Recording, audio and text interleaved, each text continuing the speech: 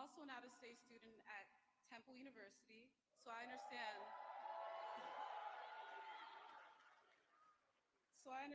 the plight of having to finance higher education.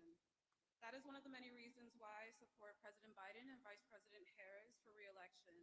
They've been relentless about reducing debt for those merely seeking to better themselves through more knowledge and credentials. Thank you. President Biden promised to take on student loan debt if he was elected. He has delivered, forgiving debt for nearly 5 million Americans.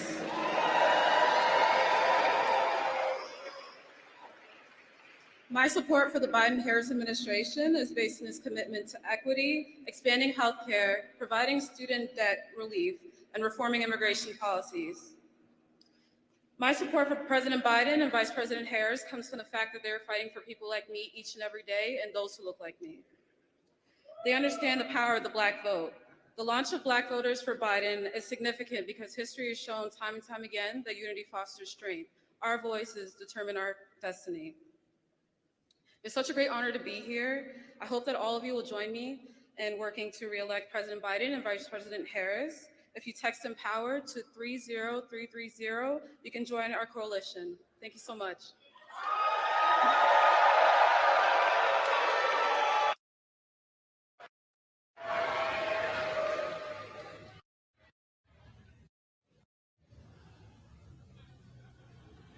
Ladies and gentlemen, please welcome the owner of Pleasant Enterprises, Robert Nix.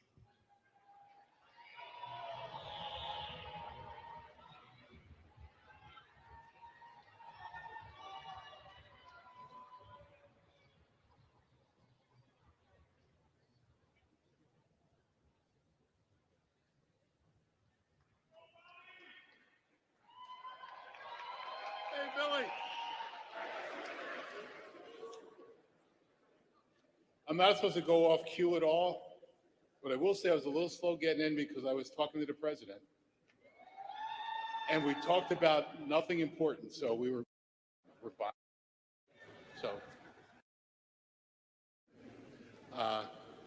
it is so great to be here with all of you today to launch Black Voters for Biden-Harris and to welcome Vice President Harris and President Joe Biden back to Philadelphia.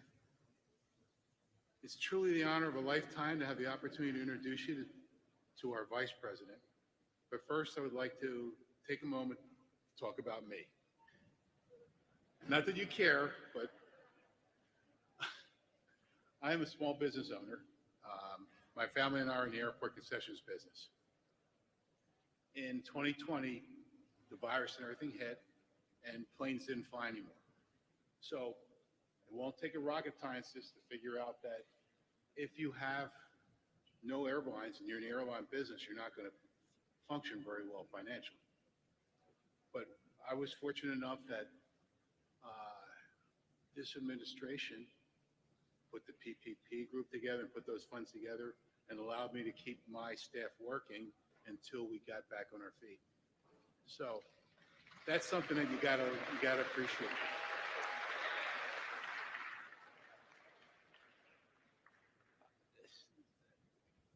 If it weren't for the President Biden and Vice President Harris fighting for small businesses through the pandemic after period times, we would have been all out of business, probably like a lot of people did.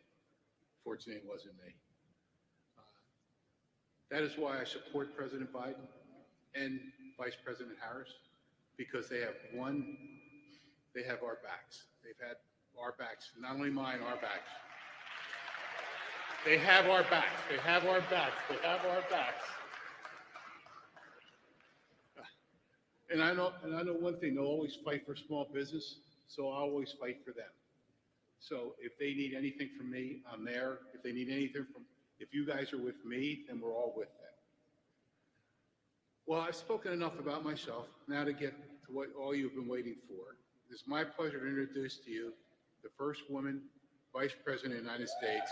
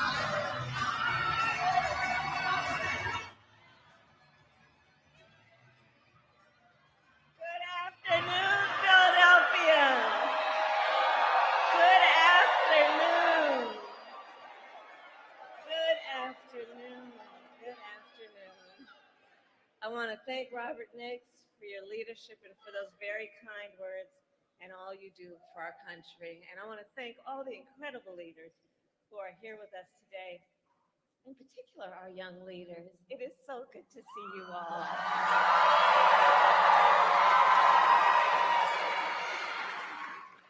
I also want to thank the members of the Congressional Black Caucus who are with us this afternoon.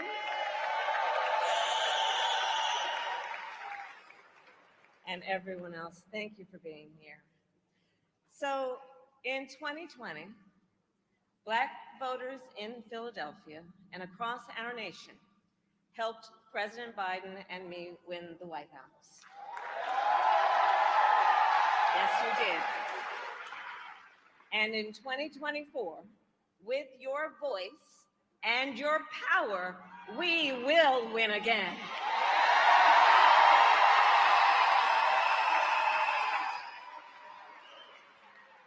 Philadelphia, in Joe Biden, we have a fighter, a leader with skill, vision, determination, and compassion.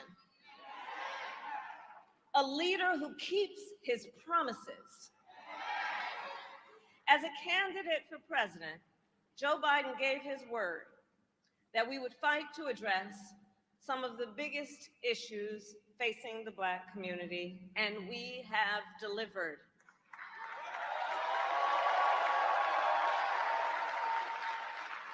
In 2020, Joe Biden and I vowed that we would lower the cost of health care like insulin. For far too many years, too many of our seniors with diabetes had to make the awful decision about either filling their prescription or paying their rent. And Black Americans are 60% more likely to be diagnosed with diabetes. So we capped the cost of insulin for our seniors at $35 a month.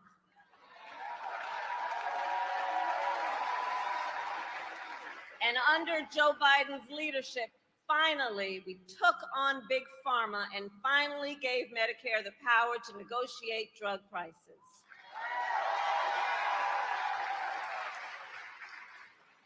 We also took on the issue of debt, which makes so many people feel like they can never get ahead. Take, for example, medical debt. We are now making it so medical debt can no longer be included on your credit score.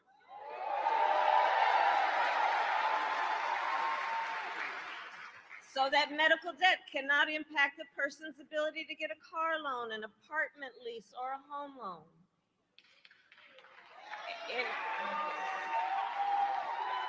In 2020, we promised to forgive student loan debt.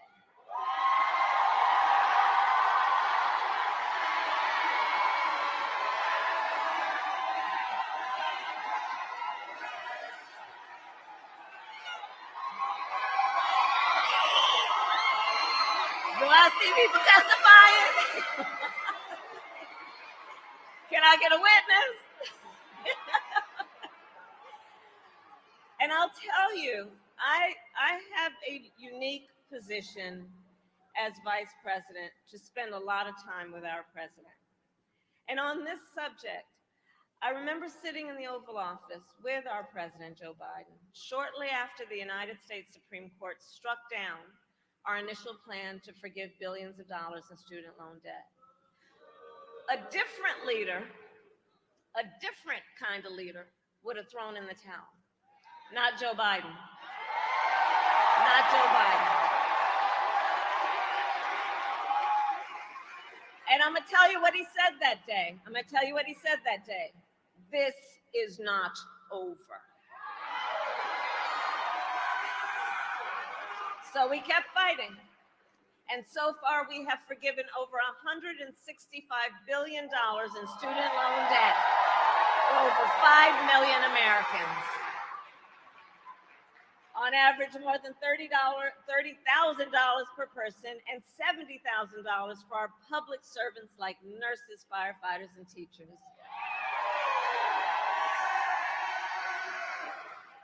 In 2020, we promised to take on the issue of the epidemic of gun violence, knowing that today in America, Gun violence is the #1 cause of the death of the children of America. Not car accidents, not cancer, gun violence. We took on the issue knowing Black Americans are 10 times as likely to be the victim of gun homicide. And I'll tell you, I have personally held too many hands of mothers and fathers as I attempted to comfort them after their child was killed by gun violence. So to address this crisis, under the president's leadership, we passed the first major gun safety law in nearly 30 years. A bipartisan law to strengthen background checks. And again, I sat in the Oval Office with the president, where he sat down with Democrats and Republicans and appealed to their better selves. And that's why, for the first time in 30 years, it happened as a bipartisan deal. We created the first White House Office of Gun Violence Prevention, which I lead, and has now invested $1 billion to hire mental health counselors in public schools to help heal the mental trauma of gun violence.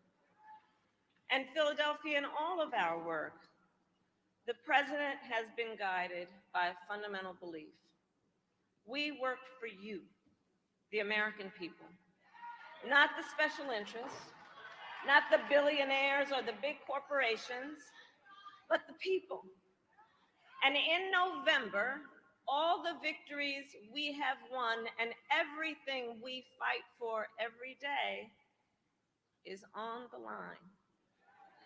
You know, Donald Trump once asked Black Americans, I'm going to quote, excuse the language, "What the hell do you have to lose from a Trump presidency?" And sadly, we all know too well, when he was president, Donald Trump tried over and over to get rid of the Affordable Care Act and to take healthcare then from millions of Black Americans. Year after year, he proposed cuts to Social Security and Medicare so that so many of our seniors would be deprived on what they rely on to live with dignity. And then he handpicked 3 members of the United States Supreme Court, the Court of Thurgood, with the intention that they would overturn Roe v. Wade, and as he intended, they did. And today, 1 in 3 women and more than half of Black women of reproductive age live in a state with an abortion ban, a Trump abortion ban. And if he wins a second term, I promise you he's going to go even further. So all of this is to say, who sits in the White House matters. It matters.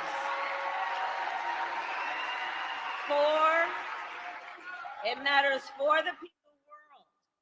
As Vice President, I've now met with over 150 world leaders, presidents, prime ministers, chancellors, and kings. And I cannot tell you how many times one of those leaders has pulled me aside and talked about how much the world relies on us and on Joe Biden's leadership. His defense of democracy, his commitment to the ideals of freedom and liberty and equality, and his willingness to fight for these ideals. And as the people of Pennsylvania know, our president does not only know how to fight, he knows how to win.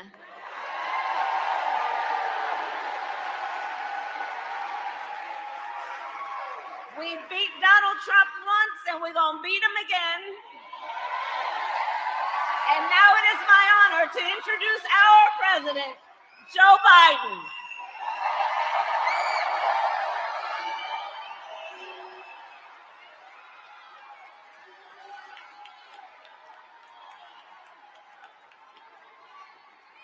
Hello, Philadelphia.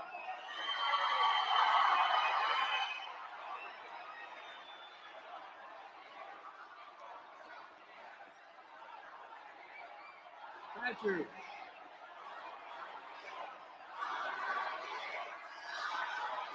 Thank you, thank you, thank you.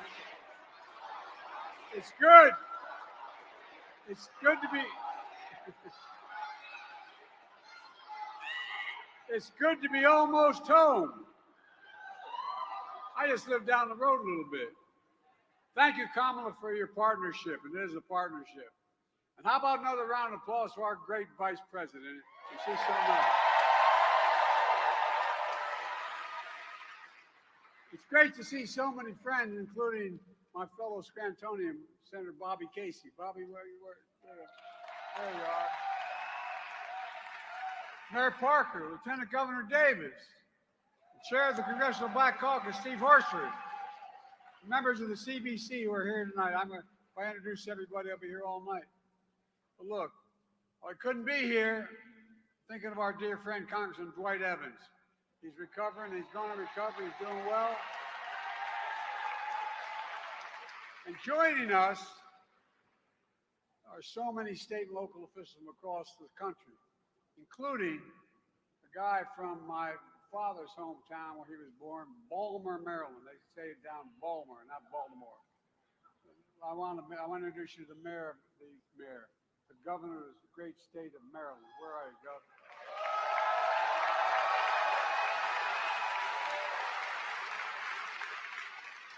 In case you haven't noticed, it looks like he can still play, too. It's great to be with you, Gov. Civil rights and community leaders from all across the country. Folks, if anyone wonders whether their vote matters, remember this.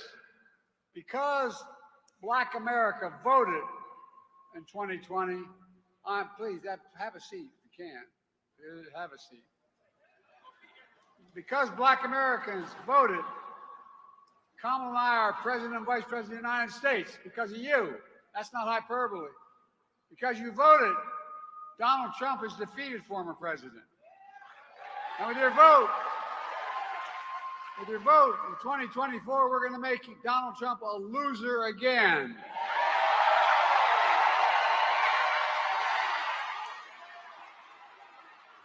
In 2020, throughout my career, and a lot of Philadelphians know this because I got so much help when I was running for the Senate in Delaware from Philly, Black voters placed enormous faith in me.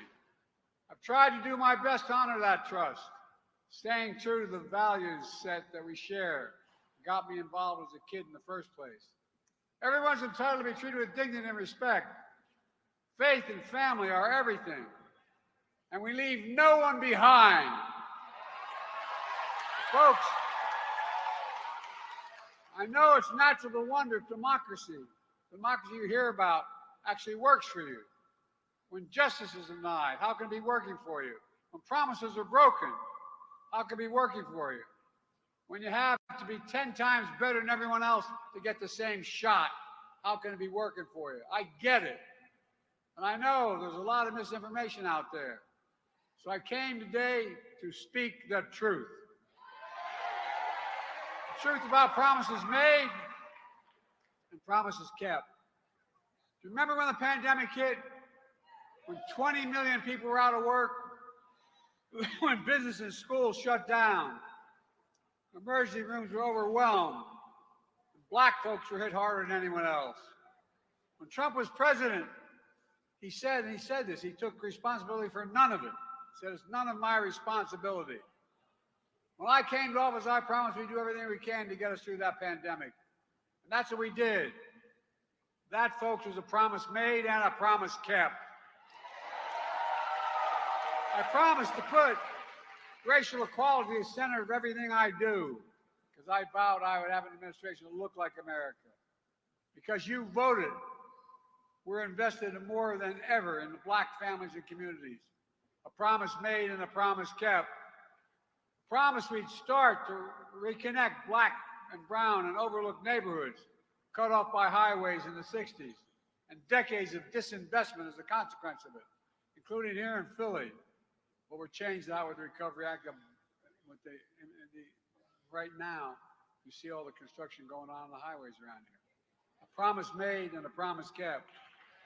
Look, I said I'd remove every lead pipe in America so every child can drink clean water without fear of brain damage. We're doing it, a promise made and a promise kept. I promised we'd also take the most significant action on environmental justice ever, to remove the legacy of pollution that smothers fence-line communities. Because every child, every American deserves to breathe clean and fresh air. We're doing it, a promise made and a promise kept.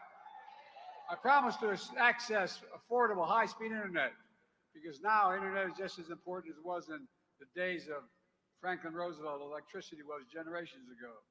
We're delivering now because no child should have to do their homework at McDonald's when things are shut down. Sit in the parking lot with their parent to get it done. Another promise made and another promise kept. I promised to protect your health care. I protected and expanded the Affordable Health Care Act, but was Obamacare. It is still Obamacare. Saving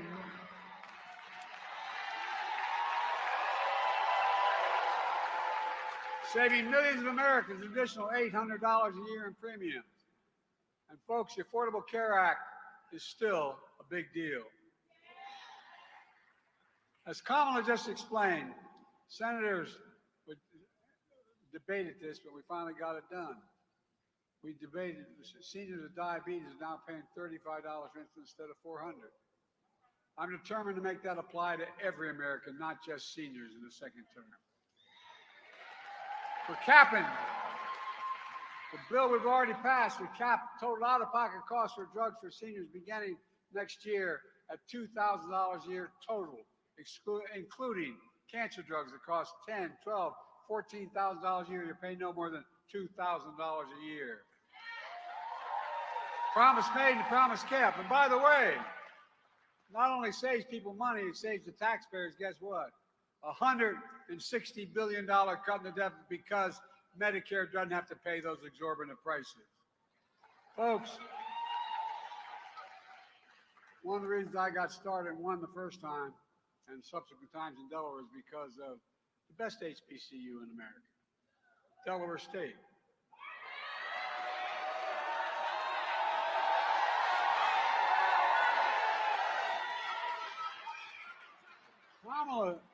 Kamala says there's some school down in Washington.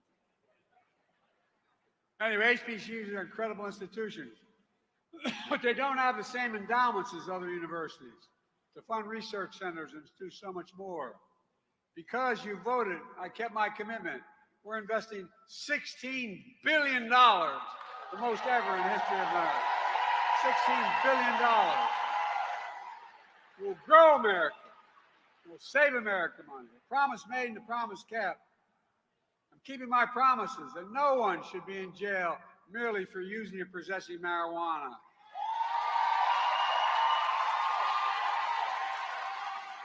I pardoned thousands of people incarcerated for the mere possession of marijuana. Thousands. A promise made and a promise kept, and for the record should be expunged as well, I might add. Folks, it wasn't easy to get a lot of this done. In fact, obstacles every step of the way we faced. For example, Senate Republicans blocked the George Floyd Justice and Policing Act, but didn't stop me from signing a historic executive order requiring key elements of that bill for federal enforcement. That is, banning chokeholds, greatly restricting no-knock warrants, creating databases for police misconduct, and so much more. But we're still, and we did it with the support of George Bush's family, and we're going to finally get it all done. A promise made and a promise kept. I promised we'd beat the NRA, and we did. As Kamala mentioned, I signed the most significant gun safety law in nearly 30 years. A promise made and a promise kept. And by the way, I'm going to go back and once again ban assault weapons in America. I did it once. We'll do it again. Supreme Court blocked me from relieving student debt, but they didn't stop me. So far, I relieved student debt for nearly 5 million Americans. A significant number are black borrowers. So you can chase your dreams, start a family, buy your first home, start a business, and so much more. And guess what? It grows the economy. It strengthens the economy. I'm going to keep it going. Promise made is a promise kept. And we're speaking of the courts.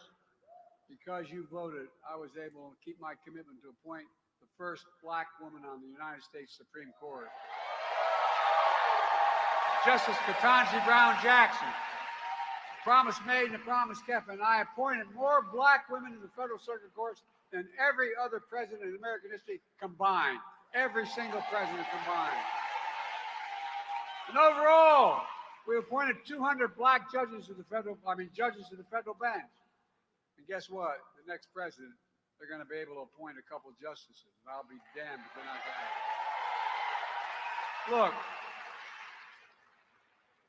if in fact we're able to change some of the justices when they retire and put in really progressive judges like we've always had, tell me that won't change your life when Trump justices are already gutting voting rights, overturning Roe, decimating affirmative action, and so much more.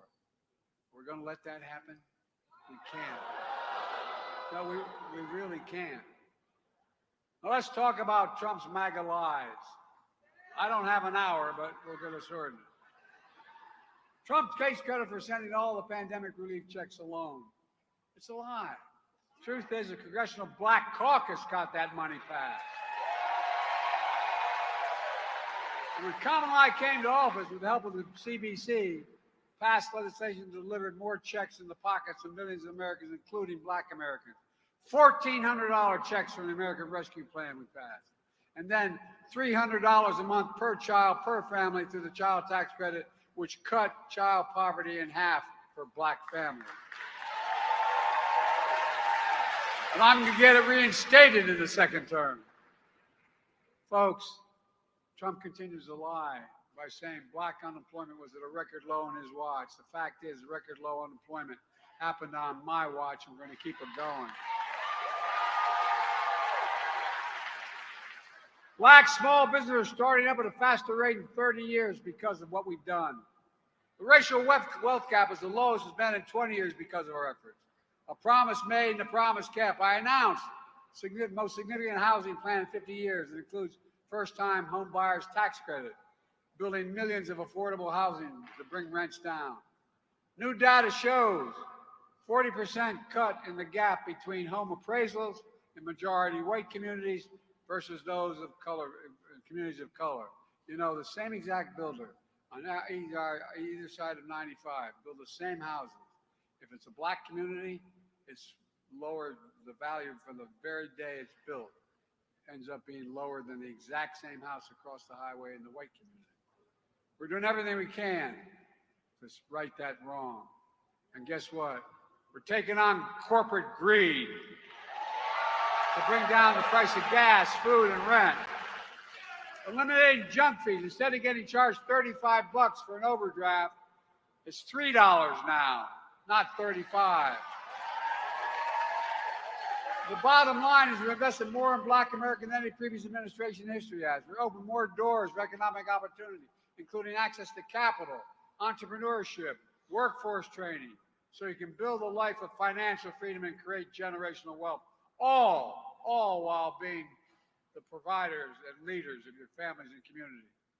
Another promise made and a promise kept. We're just getting started. The second term, want to keep it going to level the playing field by making the wealthy begin to pay their fair tax. It ain't even close. I said I'd not increase the tax of anybody making less than $400,000 a year.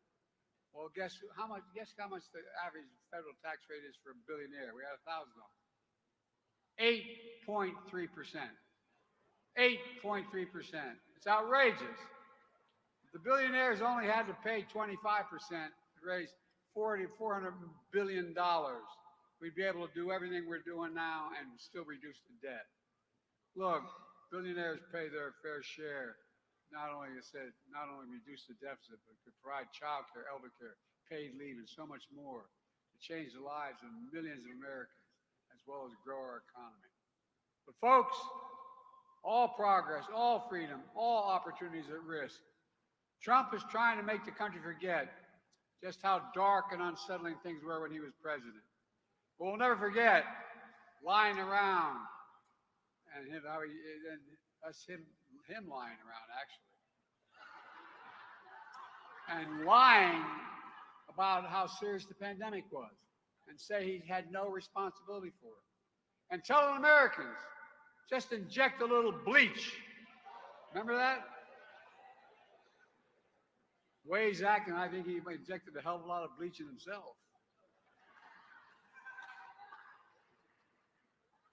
Trump, you got it, kid. Trump and his MAGA extremists want to give power back to Big Pharma to continue to charge exorbitant fees. Trump is still determined, in his own words, quote, to terminate the Affordable Care Act, which would deny 3 million Black Americans health insurance, deny protections for pre-existing conditions for millions more. During his presidency, Trump enacted a $2 trillion tax cut, overwhelmingly benefiting the very wealthy and the biggest corporations, and exploded the federal deficit. He racked up more federal debt than any president did in any presidential term in history. Tell me about the Republicans and balancing budgets. And now he wants to do it again. At the same time, he's determined to cut Social Security and Medicare. I have a better idea. Let's protect Social Security and Medicare and make the very wealthy begin to pay for it. As Kamala said, Trump brags about gutting Roe v. Wade, standing there, I did this. Well, he openly encourages voter suppression and election subversion.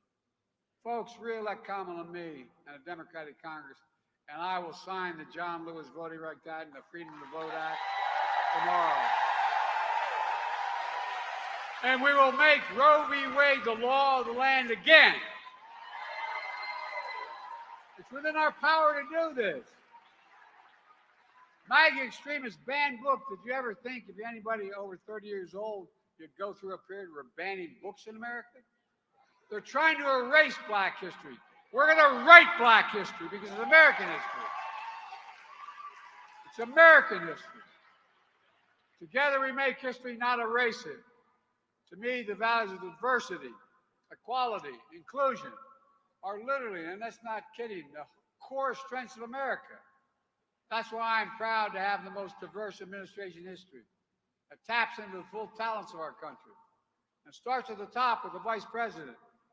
On Memorial Day, I proudly stood with a Black man, the highest order, the first Black Secretary of Defense, second Black Chairman of the Joint Chiefs of Staff, Black women heads of military units. We're overseeing the most diverse, strongest fighting force in the history of the world. And folks, the threat that Trump poses is greater in his second term than his first. It's clear that when he lost in 2020, something literally snapped in the sky. No, I'm serious. That's why January 6th happened, when he unleashed an insurrection. Now, he's running again, and he's clearly unhinged. He calls insurrectionists who stormed the Capitol patriots. Patriots. If reelected, he wants to pardon, quote, every one of them. Let me ask you, what do you think he would have done on January 6th if Black Americans had stormed it? Think about this. What do you think would have happened if Black Americans had stormed the Capitol? I don't think he'd be talking about pardons. It's the same guy who wanted to tear gas you as you peacefully protested George Floyd's murder. The same guy who still calls the Central Park Five guilty, even though they were exonerated. He's that landlord who denies housing applications because of the color of your skin. He's that guy who won't say Black Lives Matter and invokes neo-Nazi Third Reich terms. We all remember Trump is the same guy who unleashed birthism, the birthism lie against Barack. And then Trump tells you he's the greatest president. I love this one. He says he's the greatest president for Black people in the history of America, including more than Abraham Lincoln.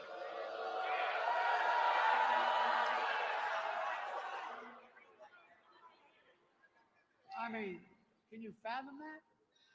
Where in the hell? Like I said, I think he injected too much of that bleach in his country. I think it affected his brain. Some lies are so foolish they don't have to say anything about them at all. Maya Angelou said, when someone shows you who they are, believe them the first time. You got it, kid. You got it. I'm showing you who I am, and Trump has shown you who he is. And today, Donald Trump is pandering and peddling lies and stereotypes for your vote so he can win for himself, not for you. Well, Donald Trump will have a message for you. Not in our house and not in our watch. Let me close with this.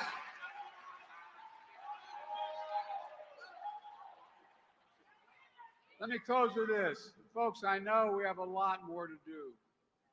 When the full promise of America is not available to every person in this country, regardless of race, we've got work to do. But let's not lose sight of how far we've come. And the reason is you. The stakes in this election couldn't be higher. What's at stake is nothing less than the fundamental ideal of America that defines America, that we're all created equal, endowed by our Creator with certain inalienable rights, and should be treated that way throughout our lives. We've never lived up to it, but we've never, ever before completely walked away from it either. And I'll be damned if I'm going to let Donald Trump be the reason to stop being America. I'll be damned if I'm going to let Donald Trump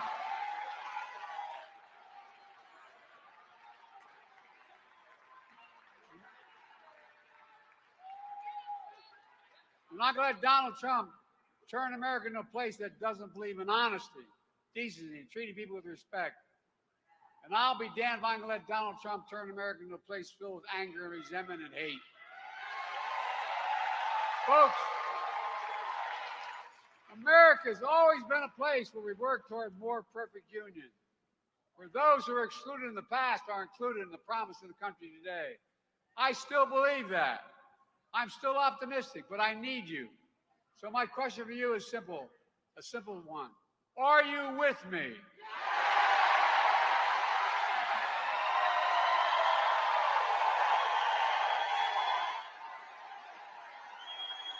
Talk to your family.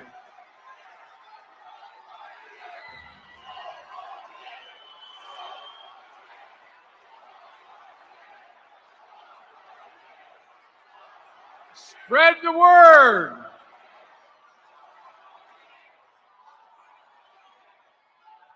As the gospel song goes, we've come too far from where we started. Nobody told me the road would be easy. I don't believe he brought me this far, though, to leave me.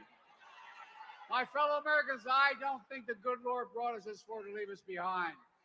We just have to remember who we are. We're the United States of America, and there's nothing beyond our capacity when we act together. God bless you all, and may God protect our troops. Thank you, thank you, thank you.